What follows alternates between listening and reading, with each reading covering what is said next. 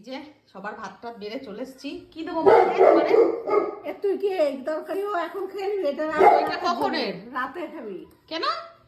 এত একসঙ্গে খেলে ভাত খাওয়া যাবে না, পেট রোজেও তরকারিতেই। দেখছো আমার মা কত হিসাবি, তাই জন্যই তো আমাদের এত কষ্ট করে মানুষ করেছে আমার মা। রেখে দেবো তাহলে? বলছি তুই একটু নিবি।